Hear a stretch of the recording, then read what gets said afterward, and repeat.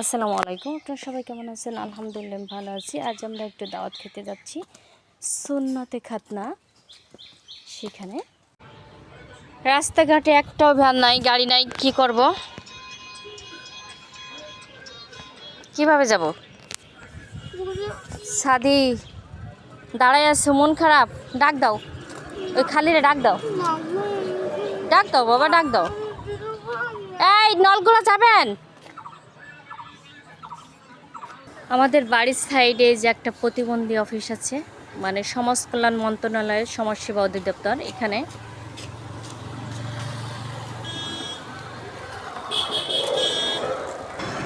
নলগুড়া যাবেন? হ্যাঁ হ্যাঁ, খাজারটেক নলগুড়া। কয় টাকা? হ্যাঁ নলগুড়া, নলগুড়া। খাজার টাকার নলগুড়া কোন জায়গা? আমার ছেলেকে গাড়িতে উঠে দিচ্ছে। এখন আমরা একটু মিষ্টি নিয়ে নিলাম। এখন চলে এলাম তাদের বাড়ি, যাদের বাড়ি দাওয়াত খেতে এসেছি। দেখেন রং দিয়ে এক একটা কী অবস্থা, সাইড একদম পুরা রং দিয়ে মাখামাখি করতেছে। আর এই পোলাপানগুলো সব দেখেন রং দিয়ে গোসল করে ফেলছে একদম। টেবিল চেয়ার দেওয়া হয়েছে, রেডি করতেছে সব কিছুই, যে এখনই খেতে দেওয়া হবে। তবে যার মুসলমানি তাকে গোসল করাতে নেওয়া হয়েছে অনেক দূরে, আমি সেখানে যাইনি। তো গোসল করা শেষ, এখন নিয়ে এসেছে খাওয়ার টেবিলে। ওই তো একদম ওই ফার্স্টের ছেলেটার সুন্নতে খাতনা হয়েছে, মাঝেরটা দেবরের ছেলে আর এই ছেলেটা আমার ছেলে।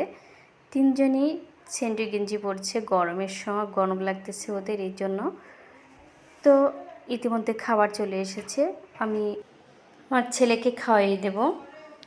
তো ওকে প্রথমে একটু ডাল দিয়ে ভাত খাওয়া দিচ্ছি। পোলাওর সাথে ডাল খেতে কিন্তু খুব ভালো লাগে, আমার ছেলেরও পছন্দ। সাইদও খাচ্ছে ডাল দিয়ে। এখন ও মাছ ডিম কিছুই নেবে না, এখানে মাছ ডিম করা হয়েছে ডালের সাথে। ও গোশ দিয়ে খাবে, আমি গোশ দিচ্ছি। বাড়িতে একটা নলে দেখে সাইদ বলতেছে আমাকে যে আমাকে উঠাই দাও, আমি উঠাই দিচ্ছি। খাওয়া দাওয়া শেষ করে বাড়ি ফিরছি। পথে বেলপুরি দেখে সাদির খেতেই হবে, ও বেলপুরিই খাবে। তো এখানে এই যে বুট ভাজা বাদাম ভাজা আছে, এপাশেও বেলপুরি আছে, ও ওই দোকান থেকেই খাবে। আমি ওকে বলছি যে 4টার বেশি তোমাকে আমি একটাও দিব না। ও আরও বায়না করছিল খেতে, কিন্তু পেট ভরা, তারপরে আবার এই এত খাওয়ালে পেট ব্যথা করবে, তার জন্য আমি ভয়ে ভয়ে খাওয়াচ্ছি না। ভিডিওটা এ পর্যন্তই।